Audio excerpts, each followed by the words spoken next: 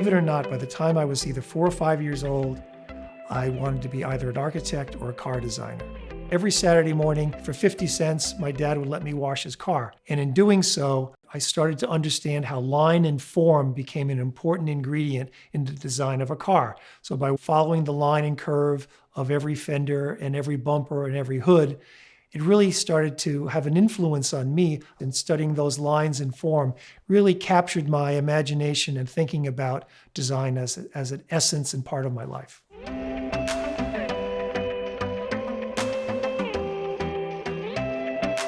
And one of the major influences that I had as a small child was the 1953 Studebaker Starliner Coupe designed by Raymond Loewy. This car was so advanced in its thinking in terms of design and line and form. Most cars in 1953, American cars, were big, bulbous cars. This was low. This was European in its influence. And it really, really made me think about line and form. And those memories stayed with me my whole life in terms of, even as an architect, the idea of, in the least amount of lines, how you can create a timeless characterization of a form or a piece of architecture or a car today. I really was thinking I would become a car designer. But of course, when you go to your guidance counselor in high school and you talk about career choices, and I said, well, I either want to be a car designer or an architect, she didn't understand how you became a car designer. She said, you probably have to go to engineering school, and that didn't necessarily appeal to me. But architecture was a legitimate profession in her mind. And so that choice was made more or less by my guidance counselor. And I followed that path to becoming an architect.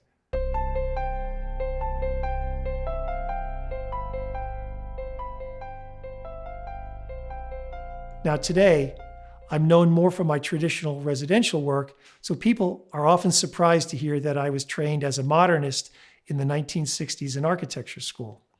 But my architecture is more, in terms of context, appropriate for New England vernacular architecture, but my planning and thinking is really a modernist in terms of layout and form and indoor-outdoor living spaces and sequences of spaces and spines and organization. So my houses are rooted in the plan that you would see in a modern house, but its aesthetic is really based on the context that I generally work in, which is in New England. I don't have a signature style. I mean, people are surprised when I say that, but in true fairness, I really don't have a signature style. I'm just as comfortable developing traditional houses to modern houses, to urban projects, to suburban projects, to family farmsteads or homesteads. But what I think people do recognize, and they can see it in my work, is there's a sense of scale, sense of place, proportion, and that the spaces between the buildings become as important as the buildings themselves. I'm not opposed to modern houses, but I design a house that fits in the context. I wouldn't design a house that's all glass and stucco on Main Street in Eggertown Village, which is a whaling captain's village that's 360 years old. But I certainly could consider doing a modern house in a much more open setting if that, in fact, is what the client is looking for.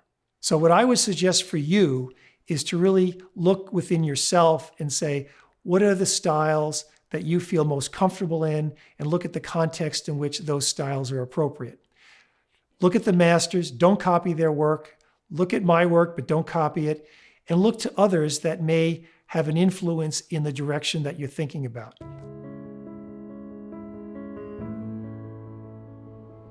I myself am inspired by Royal Barry Wills, an early architect in the 20s and 30s and 40s in New England. And I very much appreciate the scale and demeanor and materials that really created a sense of home in his houses.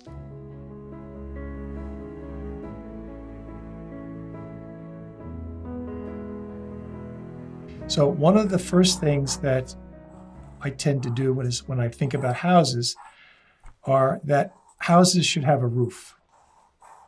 And it goes back to the days of the monopoly board in the hotels. And so there should be a roof. And many of Royal Barry Wills's houses, and some of my own as well, use a 12-pitch roof. What that means is for every foot you go up 12 inches. So a 12-pitch roof gives you a strong, defined sense of a house as compared to, say, just a flat roof box. And introducing dormers as a way to break up the mass of a roof is important. Introducing an exaggerated height chimney, perhaps in stone. Introducing a front door. It doesn't have to be symmetrical, but it should be defined. And maybe there's a little covered canopy over the front door, and maybe there's a couple little side light windows. And then you might have a dining room with a window in place. A lot of Royal Barry Wills houses also included the use of New England fieldstone to help create character. And not over the whole entire house, but usually one plane or another would be used to create that. And creating long romantic roofs that might break down into a little shed with a Hansel and Gretel-like door with a little peep in the front. And then the other material that he tended to use that I also use to this day is a siding called swirl. And what that is it's basically siding that has a rough edge with actually bark on the end of it. That gives you this almost Adirondack-like experience as part of the house. The other thing that's important is to really do a real roof. And in New England, a wood roof makes more sense than asphalt or slate or Spanish tile and things like that. So in doing this type of architecture, you start to really harken back to another time, and you start to use this as a way to create, as I say, storybook architecture, and that these houses can be added on over time and still reflect the original character of what a house might be.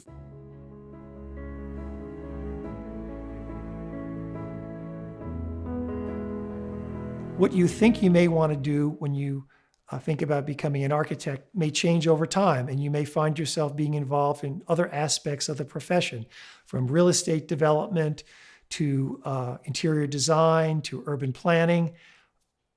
And architectural education can take you down many different roads. So I think it's important that when you think about becoming an architect, that you're open-minded about that career path and the kinds of things and the involvement that you can do.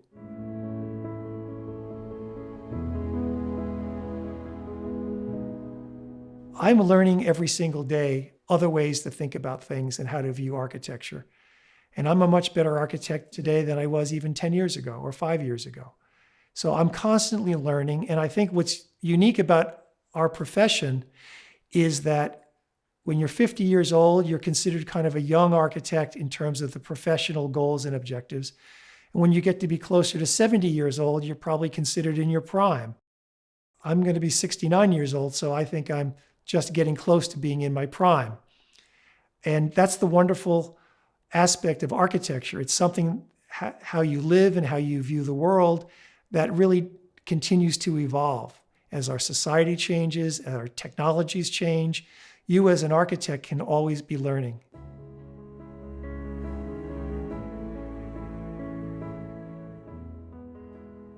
The second thing that I would say is you really need to be proactive in terms of your career. Don't be lazy. Take those opportunities to explore other communities, other places, other countries. Look to people that do design work better than what you can do now. Go seek those people out if it's within the firm you're working for or elsewhere. You may also want to teach if you're further along in your career. Use these opportunities to further immerse yourself in the profession. And if you do those things, you will find yourself continually improving and being a better architect.